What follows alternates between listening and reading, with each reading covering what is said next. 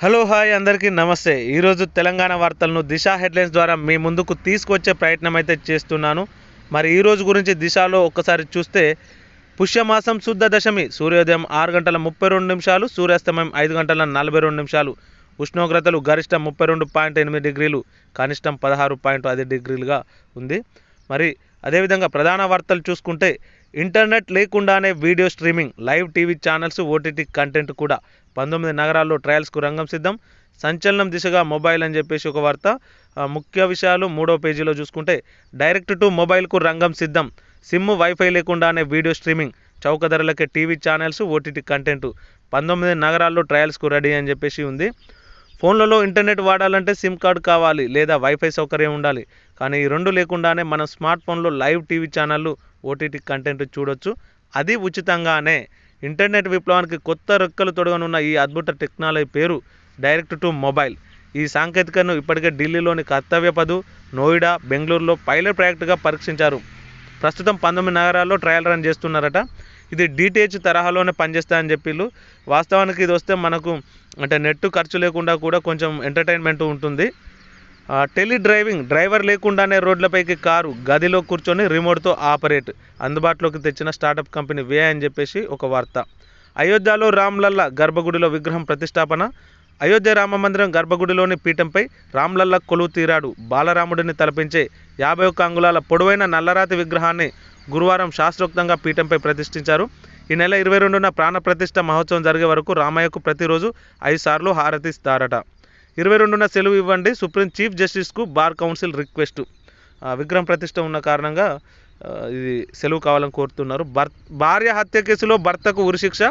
Nampally metropolitan court సంచలన తీర్పట. కడతారా కట్టిస్తారా చిక్కుల్లో ఐఏఎస్ అరవింద్.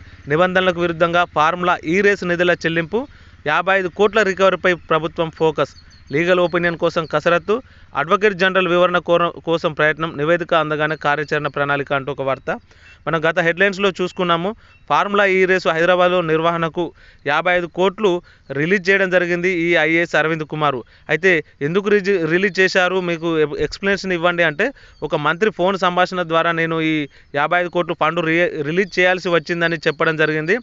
ఇప్పుడు ఆ విషయంపై మరి 55 కోట్లు ఇతను కడతాడా లేదా ఆ మంత్రి కడతాడా లేకుంటే ఆ కంపెనీ కడుతుందా అనే ఒక కార్యాచరణ అయితే జరుగుతుందని చెప్పేసి మనం ఈ దిశా కథనం ద్వారా చూసుకోవచ్చు. మొత్తం మీద ఐఏఎస్ ఆఫీసర్ అయినటువంటి అరవింద్ కుమార్ చిక్కుల్లో పడ్డాడని మనం ఈ కథనం ద్వారా తెలుసుకోవచ్చు.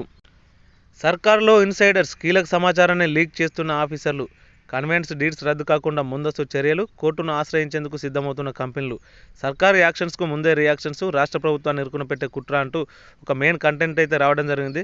మరి ఈ కంటెంట్ సారాంశాన్ని చూసినట్లయితే గత ప్రభుత్వంలో ఉన్నటువంటి ప్రజాప్రతినిధులు, ఎమ్మెల్యేలు, ఎమ్మెల్సీలు, మంత్రులు ఎవరైతే ఉన్నారో వారి సిఫారసుల మేరకు ఈ పోస్టింగ్లు తెచ్చుకున్న అధికారులు అయితే పెద్ద పెద్ద అధికారులు ఇప్పుడు మారినా కూడా ఇంకా కింది స్థాయి అధికారులు అంటే ఆర్డీఓలు, డిప్యూటీ కలెక్టర్లు, తహసీల్దార్లు ఇంకా అదే స్థాయిలో ఉన్నారు. కాబట్టి ఇప్పుడు ఈ కన్వెన్స్ డీడ్ అంటే ఈ భూములను అక్రమంగా కొల్లగొట్టి వాటికి ఎటువంటి అనుమతులు లేకుండా అప్పటికప్పుడు ఒక కన్వెన్స్ డీడ్స్ అనే అనుమతులు ఇచ్చి వాటిని అమ్ముకొని లాభం పొందిన పెద్దలు ఎవరైతే ఉన్నారో, లాభం పొందిన కంపెనీలు ఎవరైతే ఉన్నారో ఆ కన్వెన్స్ డీడ్స్ను రద్దు చేసి ఆ భూములను వెనక్కి తీసుకుందామని ఈ ప్రభుత్వం భావిస్తున్న సందర్భంలో ఆ ఉద్దేశాలను, ఆ ఆలోచనలను ఈ కంపెనీలకు మరియు ఆ మంత్రులకు, పాత మంత్రులకు, పాత ఎమ్మెల్యేలకు చేరవేసి ఆ కోర్టుకు పోయి మీరు దీన్ని ఆపురు అని చెప్పేసి లీకులు చేస్తున్నారని చెప్పేసి మనకి ఒక వార్తా కథనం చూడొచ్చు.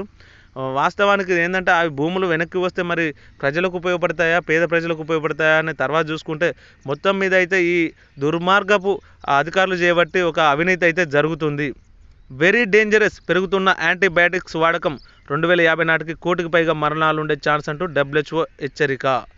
ఎమ్మెల్సీలు ఏకగ్రీవం, ఎమ్మెల్యే కోటలో 2 కాంగ్రెస్ అభ్యర్థుల నామినేషన్. ఉపసంహరణ ప్రక్రియ తర్వాత లాంఛన ప్రకటన, సంఖ్యాబలం లేక అభ్యర్థిని నిలబెట్టని బీఆర్ఎస్ అని చెప్పేసి ప్రధాన వార్త చూసుకోవచ్చు. అయితే ఎమ్మెల్యే కోటలో భర్తీ కానున్న 2 ఎమ్మెల్సీ స్థానాలకు కాంగ్రెస్ నుంచి మహేష్ కుమార్ గౌడ్, బల్మూరు వెంకట్ గురువారం నామినేషన్లు దాఖలు చేశారు.